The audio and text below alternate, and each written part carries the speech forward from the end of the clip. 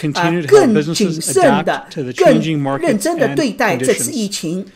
希望大家能够尽快的适应，也是帮助我们的本地的中小企业用我们的热情，用我们的这个爱心，使得我们 BC 省能够更强壮。我们肯定在往恢复的路在走。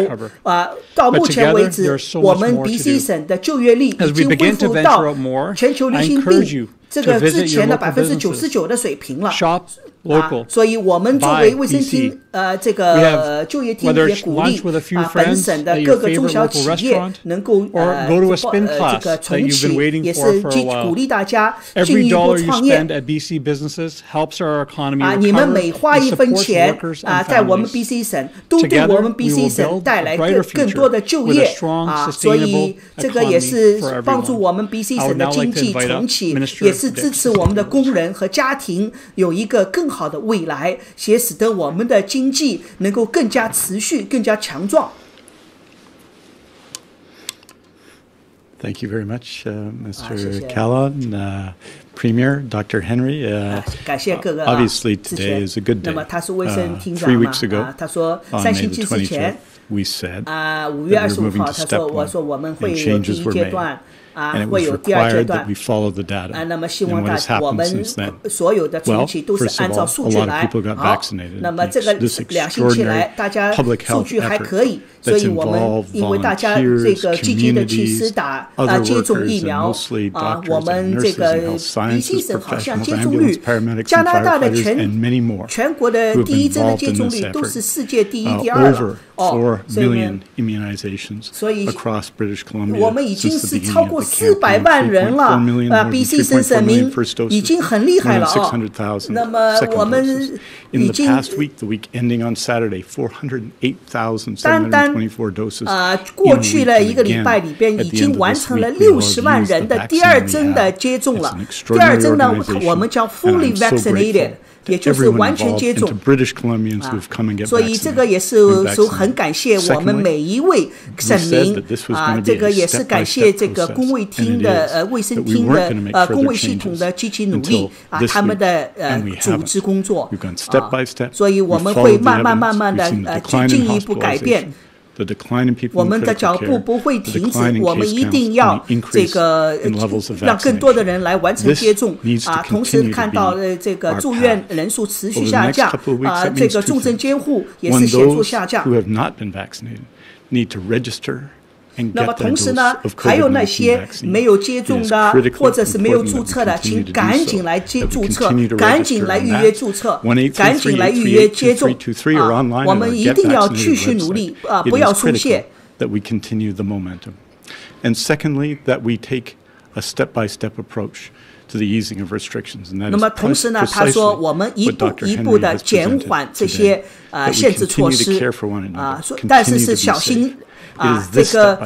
这个很小心的在做，不是说一大步做，是只能是一小步的做，走一步看一步。这个是很严肃认真的去看，同时呢，我们已经看到了从5月25号到现在所做的努力这样的话呢，因为每一个措施放松都要2个星期的观察期，所以我也感谢大家我们每个人所做的努力所取得的成就是每一个人所共同取得的。我们的信息很清楚，我们一定要继续的共同努力那么现在就请卫生厅长来回答大家的问题。Thank you, Adrian, Melanie, Ravi, and Dr. Henry. It is truly a very exciting day for all British Columbians. And as Mr. Dick said, we all did this together, and we all have to keep on the same track if we're going to get to stage 3 or step 3 by Canada Day. And I'm confident that if British Columbians follow the guidelines, British Columbians register for vaccines, we'll be good to go. But let's take it a step at a time, as Dr. Henry has advised us repeatedly. The incubation period is critically important, and we need to monitor over the next couple of weeks how these new steps are affecting our public health outcomes. 那个卫生官汉医生也是告诉了大家如何的往第3阶段走，所以请大家一定要按照这个卫生的禁令、卫生的条例做该做的事情。First question today is from Justine Hunter, Globe and Mail. Thank you. Boris Johnson just announced a 4-week delay to the lifting of all restrictions in England because of the Delta variant. And we 那么说到了英国的这个印度变异体的问题那么他们已经延期4周了开放了，那么我们省怎么办？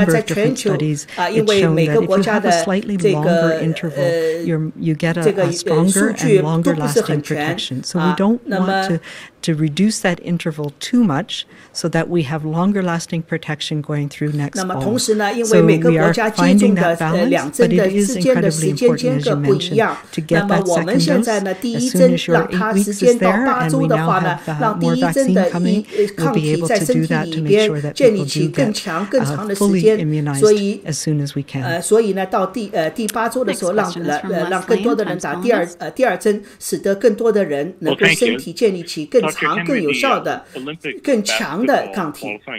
Victoria starts in late step 2, which is no indoor spectators. and then runs through the target date for moving to step 3, which is 这位 limited 记者问的是 indoor 这个 spectators. 篮 Does 球 that mean no 锦标赛 spectators for the two 的这 late 个 June game 比 days? 赛在 And 维多 can you 利亚 confirm 第二 that 阶 there 段 would be 那么第二阶段是不允许有 limited 观众的。 spectators 第 for 三 the 因为是6月底 LI game? 那么能不能 I 确认 can't 一下 confirm either of those at the 那 moment. 么到 We are 7月 working 份 with 正 the 好7月3号 organizers 有 and 一场 our 那么 Safe 第三 Restart 阶 team 段能不 that 能 has 有 been 观 dealing 众 with sports and 那 via 么 sports 上次一直说 as 了 looking 第 at the 三阶段 proposal that they 第4 have, 阶段什么时候 and 重 we'll 启 be making 不是 some 看日 decisions 期 with 是 them 看 on that in the near 看那个 future. 数据啊。所以这个他也是说了，这个也是要跟具体的篮球联盟、运动联盟去跟他们商量。那么同时呢，这个记者又问了这个邮轮的情况。Do you have any perspective on whether there will be any cruise ships allowed to dock in Canada this calendar year? 今年I can pass 你 it over 看 to the 看 Premier to talk 这个 about 也 that. 是 I 跟他 can 没 say 关 that 系 I'm part of 就 a 是他 group that 问 has 有没有 been 邮轮允许在 working 今 with 年年 Transport 内 Canada and with 在 our 加拿大境内允许他们 counterparts 靠 in 岸。 the U.S. about the potential about when cruise ships can safely come back into BC. 他只关心 BC 嘛，对吧？ are 所以这个很 still 正常， working 而 on 且 many 这个 of 跟 these 他没 questions. 关系，这个是联邦层面的啊。Yeah, so part of this is, of course, the guidance that has come out from the U.S. Centers for Disease 那么他也是说到了 BC 省 what it would take to 美 get 国的 cruise 这 ships 个 restarted, 美 and 国 they 的 have 疾控 very 中 strict 心 guidance, 有 which 发布了 includes 邮 things 轮 like a 的这 very high 些 rate of 重启的vaccination 卫 in 生 both 指南。那 staff 么 and 加拿大还 visitors 没 in 有 cruise ships. It has to be 因为 up 这个里边都要 to 牵涉 95%, and that, 到 of course, gives a 职 lot of 员的疫 protection 苗 to 接 those 种率以及 environments. 客人的接种率 However, 都要 we do know 95%以 that 上。 shared accommodations and particularly elderly people, which we tend to see, older people who take cruises, 那么 it 他说 can 也是 be a 说的， risky 因为豪华 environment, and 邮 we've 轮 seen 呢 that 主要是 in 年纪大的 long-term 人 care 在 homes, 做， for 所 example. 以呢 So we're 这个 watching the 风险 U.S. 很大，这 guidelines, 些 watching 环境 how they're 对 being 老年人来 interpreted 讲 and 风 what's 险还是 happening 很 with 大， the 所以呢 cruise 我们也 industry 在 in 看 the 美 U.S. 国的这些 very 卫生指 carefully, 南 and 然 particularly 后 with 呢 our 看 counterparts 我 in 们能 Washington 哪些 State, 能够 which 引 is 用到我们加拿大 obviously the most BC 省 relevant for 来 us here in 这样 BC. 的话看看邮轮业在这个加拿大和美国的这个影响。 Thank you, Dr. Henry. And I would just add, Les, that a great deal of work is going on at the staff level with intergovernmental relations in my office. Minister Fleming, Minister Mark are meeting with the industry to ensure that they have a complete understanding of what's required to restart the sector. There are a host of issues at play here. Of course, we're going to be guided by the science. The federal government also will be guided by the science. And it's having Dr. Henry working with PHOs across the country to inform Dr. Tam and the advice that she gives to the federal government is critical to that, as Dr. Henry suggested. But there's also a whole host of other work that needs to be done. Ambassador Hillman, the Canadian representative in Ottawa, and I talk regularly. We're scheduled to talk again this week. And on Thursday, the Prime Minister has asked the premiers to come together to talk about reopening the borders, land, sea, and air. And of course, we're very interested in those discussions. We've been working on it quietly because there is anxiety in the community. I know that. I feel that. And we want to make sure we're on the right track. Cruise ships are a component part of reopening the borders, a significant one to be sure. And as I said last week, after talking to Senator Murkowski, the law that she brought forward and was passed will sunset when the borders open. The new initiative by another senator from a landlocked state is another issue in U.S. politics. But what we can do here in British Columbia and in Canada is prepare for reopening the industry. I know people want to come to British Columbia. They want to cruise up the coast of our great province, and we're excited about that as well. But only when it's safe to do so. 我们加拿大何时重启？那么刚才伯尼医生也说了，美国的对旅游业、对邮轮业的重启都有一些指导，具体的指导。我们 BC 省也会借鉴，加拿大省也会，加拿大整个国家也会借鉴重启的这些指导来，也就是说加拿大国情吧。Do our clinics have enough capacity, and is there any thought being given to potentially using Moderna and Pfizer at pharmacies or allowing doctors' offices to administer it, considering the amount of supply we're getting? Mr. Dix? 这位记者问的是打疫苗辉瑞和阿斯利康的问题。Thanks, Richard. First of all, obviously our capacity, we've been working to the capacity of vaccine. So 以说到了这个我们的能力一天可能是多少ending on Saturday, which is obviously 2天一个礼拜是打了40万针这个很厉害。We are expecting what's become a regular supply of Pfizer over the next 2 or 3 days, and we need that because at the end of each Sunday we're routinely out of it. Over the last 2 weeks in June, we're expecting over those 2 weeks, more in the second weekend and the first week, about 962,000 doses over the 2 weeks of Moderna. 他说过去2个礼拜里边已经打了96万针。这个 who are leading our immunization effort, led by Dr. Baum and Dr. Henry, are 都是 looking 打 at 的 that 莫 right 德纳 now 和 and 辉 seeing 瑞。how to best 这 apply 个 the incremental 谢 supply 谢 of 网友的鼓 Moderna 励 to the 我分 supplies 心 of 了，对不 Pfizer 起 we're receiving now. 他说我们 So I 也是 think 在 the 尽量 planning 的 has gone very well up to 联系 now, 货 and we'll 源 have more to say of that 因为 as 到6月底 the 的话，莫德 dates 纳会大 that 批 the 量的 Moderna 到 will 货 arrive 所以我们现在 to 都 us, 在 but 计划 there is 在 more 做 capacity 那 in 么 our 希望 system 呢 as 能 you 够 would expect. We've been 赶上，因 working 为 very 第一 precisely 针 to 打 the 莫德纳的 vaccine 人现在 we 8 周 receive 已经 each 过 week, 去 and 了，可 obviously 能他 the 们有 addition 这 of 个 new 机会 vaccine 要 means 打 new 辉瑞， opportunities 但 for 我们 people to 尽 get 量 vaccinated. 让还是 The 打 important 莫 thing, 德纳。 though, this week, all around BC, in dozens of communities, there are walk-in, pop-up first dose clinics. If you haven't had your first 那么 dose 他说 in 这个礼拜 communities 开 across 始 BC, I 省 think 的 there's 很 one 多 in 的 Princeton 社 today, 区 but everywhere 都 in 会有 BC, there's 移 an 动的 opportunity to get vaccinated 打 with 第 your 一 first 针的 dose 诊 and the 所 opportunities for 设 that, 立，所以这样的话给大家有更多的机会来去打第一针这个一定说是第一针移动的诊所所以各个社区不一定每个社区都有所以这个是很重要的，希望大家能够注册就注册，你没有注册的一定要去注册，一定是要注册，包括4月15号之前打疫苗的人没有注册的也请大家去注册注册的话呢，政府就会及时的通知你打第二针这个是打第一针是4月15号的，那么没有注册过的人请大家一定去注册这个是我相信他说我们已经有很多很多的疫苗已经会来。 You mentioned at the beginning that there's still a reluctance from some to come to a reopening. How does the province ensure that there's not tension between those that are, ready to get moving on to the next step and those who don't want to move on? And to Dr. Henry, I'm just trying to get a sense of when you ease these restrictions, like something like gyms and high intensity classes, are all the other policies still in place, like masking? How do those sort of measures work?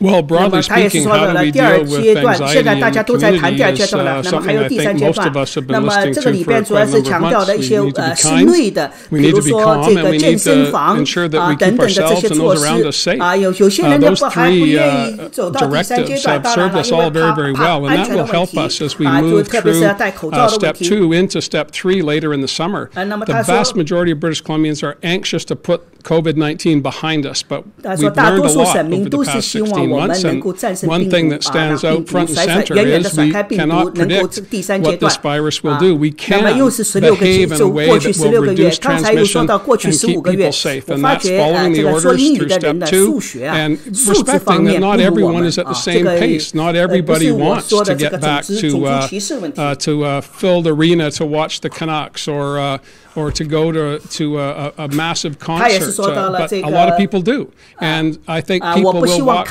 with their feet, quite frankly. They're going to go to events that they're comfortable at, and they're not going to go to events that they are not. And those are personal choices. Government can't dictate those, but we can follow the sage advice of our PHO and be kind to people and respectful. And be calm when others may not be. 同时呢，大家看到有没有留意这个欧洲杯？现在欧洲杯在紧张的进行我发觉欧洲人走的比我们加拿大的确是走得早一步。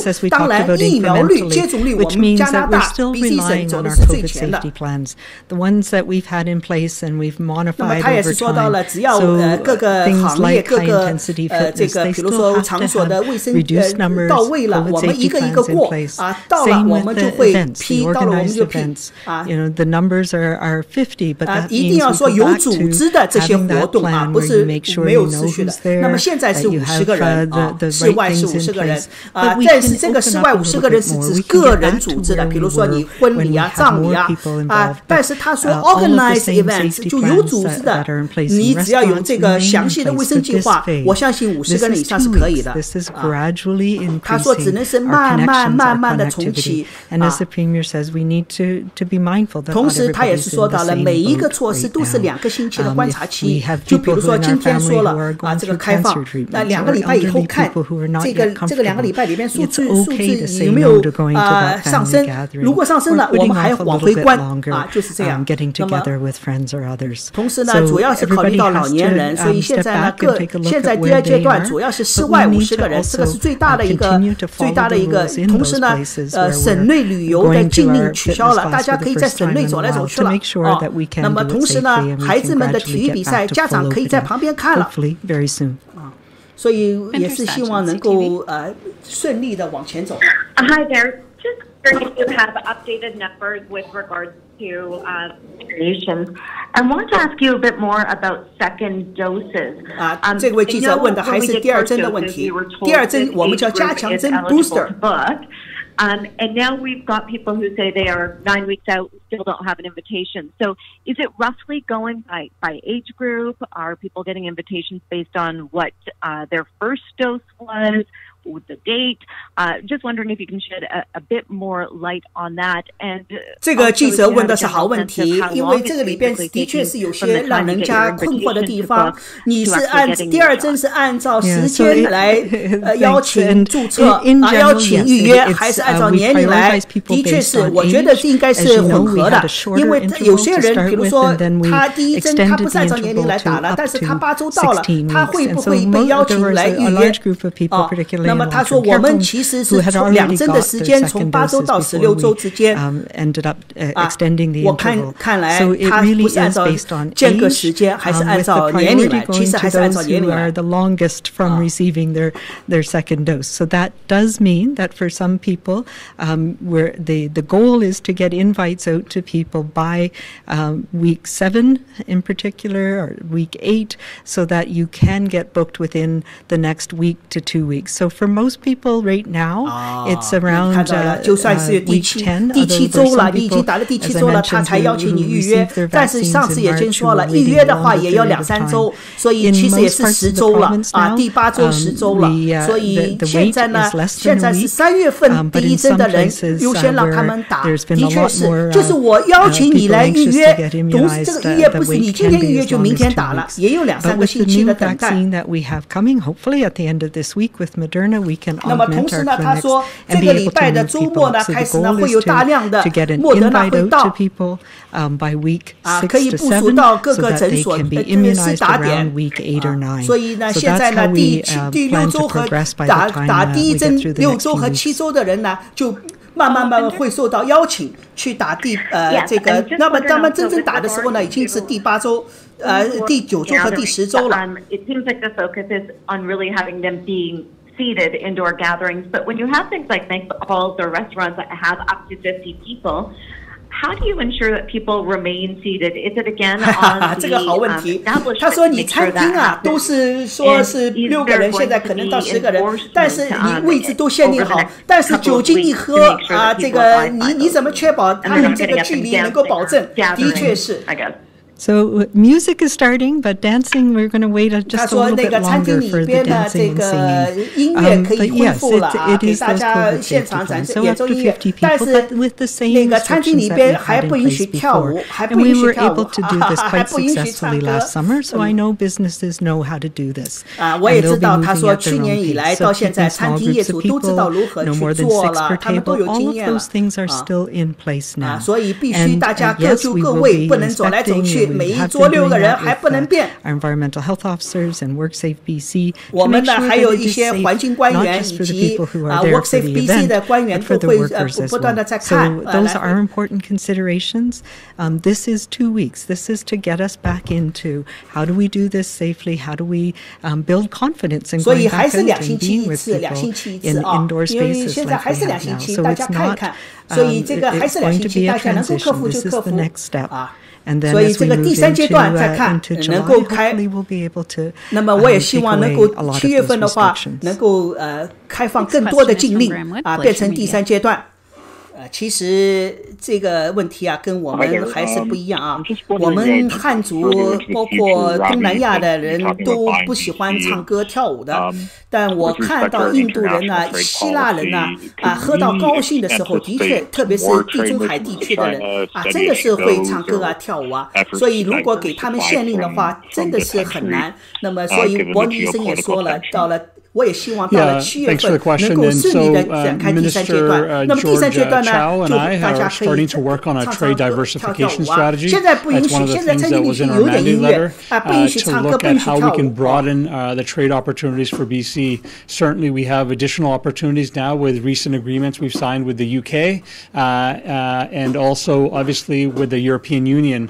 And so we've been meeting with our European Union partners. Of course, when we're able to go and travel will be up to others to let us know when we can do so. But certainly we're looking to diversify and broaden our trade opportunities in Europe in particular, but also in some parts of Asia as well. 在传这个印度变异体。那么因为大家都知道20岁到30岁他们这个年龄阶段的疫苗接种率是比较慢的，的确是都是按照年龄来。所以呢不能灰心说这个疫苗在病毒面前变异病毒面前没有效率不能这么说。那这个记者又问了，他说英国现在还是要往回走啊，对吧？因为英国现在是推迟了4星期的全国开放。那么他说我们会不会也是一样？因为我们第一针打得好，那么第2针还没打。Charted our own course from the beginning, obviously mindful of what's going on in other jurisdictions, learning from those experiences. 所以他也是说到了我们 BC 省呢在开放方面呢走得比较慢，比其他省和国家慢。那么这样的话呢，我们会看到经验，他们学到他们很多的做法同时呢Minister Callan, Minister Mark met with industry tables, very excited about having a way forward. 同时呢，我们也是做了比较详细的考虑周到的这个计划。Regular people was the uncertainty that they felt about their future. And anytime there's uncertainty in someone's life, that causes anxiety and tension.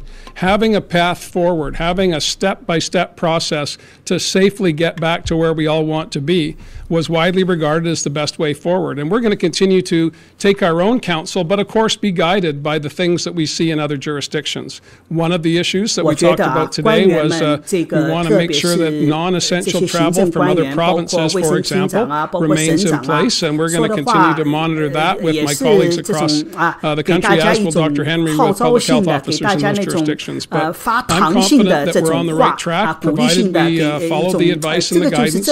We continue to do the things that we have been doing to get to this place. I'm certain that we can carry on to step 3 and then later to step 4 as summer evolves. But Dr. Henry can do a deeper dive on that for you. 接下来的中小企业的这个经营更加会好或怎么样 I absolutely agree. 所以他的话比较实在，因为他不是政客，当然他现在是半政客。I think as you called them the bricks to the head. So we are watching really carefully. 所以呢，他就说了，我们很仔细的在观测这个社区的病毒的传播情况。And we're letting the data speak for itself.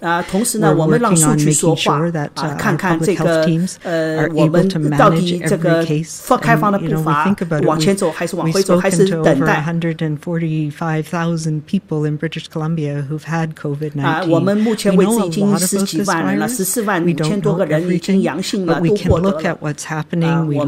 我们已经可从这些我们也已经看到了多少人接种了，我们也看到了社区的病毒的传播，我们也看到了不同的年龄阶段当中病毒传播的情况。With what we know now, we'll have to go back, but we may need to slow 我现在看，从现在的数据来看，我们不需要往回走，但我们要往前走，慢慢的走，小心谨慎的，一步一步走。Are still in place. So all of those things, other than the changes that we've made today, are still in place. 所以我们所有的这些现实的情况，还是按照我们之前的计划按照我们这个在走同时呢，我们随着接近7月份，我们会有更多的卫生禁令会取消但是我们只是看数据，我们只看基因测序的数据。Actively managing with people every single case and 我们对每一例阳性案例都在做积极的基因测序，能够使得我们看到这个每一个变异体在我们社区的省的传播。这样的话，我们才能够建立正确的模型，使得引导我们开放第3阶段还是不开放。但是我们作为官员一定要考虑到开一个平衡的措施因为 BC 省始终强调平衡，也就是说我不是前门后门2把锁，我就封闭了，我不管了，安全是安全了，经济就死掉了这个里边还有人的身心健康问题我们华人有一个手机，有一个微信，有一个电脑就可以了，看电视剧什么洋人他们让他们关在家里会死掉的精神病会出来了包括孩子们也是。保尼医生说去年到现在为止有很多孩子因为学校去年9月份之前有很多都不能正常开学，孩子们不让他们交流接触，所以很多的心理问题，包括青少年的这些 overdose 这个都是造成了很多的问题这位记者问的是阿斯利康的问题 AZ 疫苗的问题。It is really difficult. I understand that. 那么他说很多人是很难决定我第一针打的是阿斯利康，第2针到底是打阿斯利康还是打信使蛋白疫苗。That will help a little bit. But yes, it is reasonable to wait for 12 weeks for AstraZeneca. 那么同时呢，阿斯利康呢是有12周的，可以等12周这个也是可以等的。大家可以理解。And which vaccine you can access sooner. So here on the island, as you say, 那么他也是说到岛上的情况，因为岛上的主要还是阿斯利康那个是多一点。The other thing that I'll say for people with who received AstraZeneca is that we will have more information from the UK 那么同时呢，打过阿斯利康的人呢，也不要焦急现在因为我们也有很多的数据可以从英国过来，因为英国人很多打的是阿斯利康他们第1针到第2针可以打可以有12周的间隔当然了，我绝对会给大家更多的正确的答案当然只要我们有学到了英国的那些数据能够跟他们同行之间得到的经验但是你们不会变得更糟这个是肯定是。 So if you are at least concerned a little bit, you can wait, or you can just make the choice of whichever vaccine 如果你觉得我第1针打阿斯利康，第2针还是要打阿斯利康，那你可以再等一等Our last question today is from Tanya Fletcher, CBC. Yeah, Dr. Henry, despite 71% of the Yukon population being fully immunized, there continues to be outbreaks as they've reopened. Should that be an incentive to review or perhaps increase the targets in terms of vaccination rates in BC? Yukon 已经71%的全部了 so let me be very clear. Our target vaccination rate is as high as we can possibly go, which is, we'd like to get to 100%. 那么但是呢，那边还有爆发，有一个诊所的爆发的疫苗那个病毒 at least 85-90%. 所以他也是说到了至少85%但是呢这有90%我们要更高更好所有的年龄阶段都要这个疫苗接种水平这个是我们的目标是理想这样的话呢所以我是刚才说了 fully vaccinated 都是一定要全部保护 the data, the transmission that we're seeing, the minimum level that gives us the comfort that we can move to the next step. And it's not just 所以我们现在刚才所制定的重启计划都是最小的至少的数字所以说这个接种率越高使得我们更有信心朝接更第3、第4阶段走 like it has done in the past. And that means the minimum number of people that are protected to enable us to get back to some of these other important things. And part of it is because we recognize the what we call the unintended consequences, but the consequences of the measures that we've had to put in place to stop transmission also have health impacts. They have economic impacts. They have impacts on our mental and social and emotional well-being. So we want to make sure that we are doing the best that we can to minimize those as we get more and more people protected through immunization. But the goal of the program absolutely is to get everybody in BC who wants a vaccine fully vaccinated as soon as we possibly can. 就是让更多的人能够打2针，尽快的打2针。只有更多的人打2针，那么整个社会，我们也是说的它的 herd immunity 就是整个群体免疫。又是说的法语，这个 CBC 的记者总是轮到最后一个问，然后呢又是问的是为他同时问法语。Like the Delta. And you said we will likely see an increase in cases as we open up more by nature, but how much of that do you think will be attributed to visitors from other provinces? 也是说到了我们省的这个印度变异体和其他省比较因为其他省如果慢慢开放的话，也会到我们省来。我相信现在省际还没开放现在只能是省内大家旅行来旅行去。Things that we've been missing, and I know in the tourism sector, we've talked to Minister Mark and I have had a number of conversations, and many people。也是同那个旅游厅厅长就进行了交流我们也就他也有很多的这个顾虑，因为他们不能接受其他省的预约比如说 camping 的地方包括宾馆现在还不接受其他省份来的游客。所以我们一定要到我们社区的最低的接种率达到标了，我们才能考虑开放同时我们也要监测社区里边的病毒的流传情况。同时我们也要看到，如果我们省民到其他省或者是其他国家去带回来有没有带回来病毒，是哪一种病毒这些都是有利于我们做进一步的决策。这他又是说的是这个法语。那么今天的重启第2阶段主要是第一，省内的旅行开放了，也就是说我们 BC 省的人可以到处可以走了。第二，也就是室外个人组织的活动聚会50个人最多。第三，影院以及室内的宗教的场所都慢慢的，只要是卫生措施到位，都是开放，但不得超过100个人。那么第四，也就是室外的运动项目，特别是孩子们的足球比赛棒球比赛他们的训练家长允许在旁边观看了，这是第2阶段。那么第2阶段什么时候重启开始？是明天开始。同时在紧密的观察到7月份，看看是这些数字有没有恶化。如果恶化，我们往回走；如果持续向好，那么再往前走第3步。这个就是今天的重启的重点的一些概括。这个也是我给大家做了一个小总结。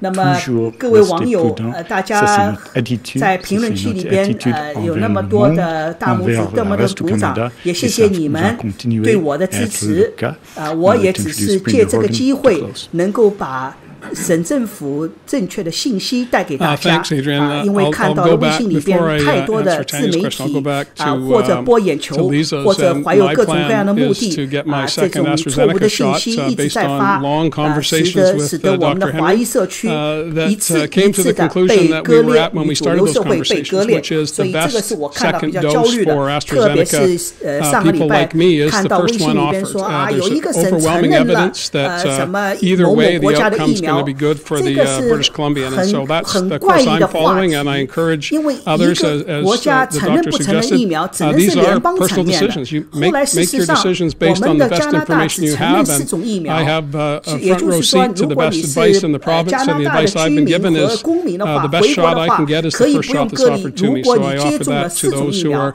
grappling with that personal decision. That's the choice that my spouse and I have made.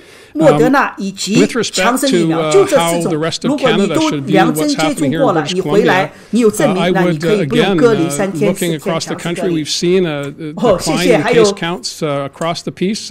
Still some concerns in Manitoba. The Premier there, of course, is taking extraordinary steps to address those issues. But in Ontario and Alberta, where we saw extremely high third wave cases, those are dropped significantly.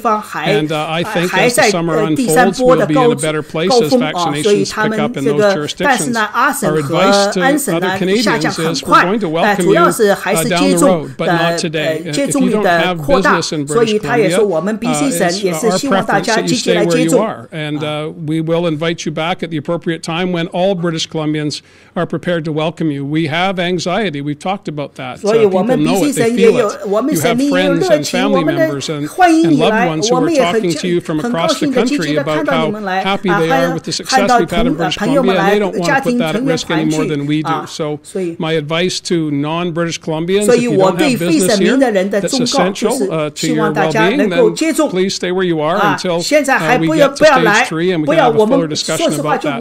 I will be meeting with my colleagues and the Prime Minister on Thursday to talk about borders, international borders to be sure, but we always discuss the issues in our various provinces, and I'll be making the same request that I've been making for months to my colleagues. Please appeal to your citizens to stay where they are until we all come out of this stronger than we went into it. That would be my advice, and that would be my hope. And with that, I want to thank my colleagues, Minister Mark, Minister Callon, Minister Dixon, and Dr. Henry for joining me today as we've announced what can only be very positive news for all British Columbians. We have been told to stay apart, and now we are coming together, bit by bit, step by step. It's the right way to go. It's appropriate for all of us to take pride in what we've accomplished collectively. Businesses, communities, individuals, families have made extraordinary sacrifices, and there's a little bit more to go before we get back to where we were, but it's just around the corner. We can see it, we can feel it, and come July 1st, I'm hopeful that we will be able to further relieve these restrictions, but we need that incubation period, we need that critical couple of weeks to assess the impact of the steps we're taking today. All the best to everybody, enjoy the rest of your week, and we'll see you next time. 也就是省长也是做一番总结，也就没有什么政客嘛，希望大家本周愉快。好了，各位观众。谢谢大家的收看，也谢谢大家对我的鼓励和支持。我们星期四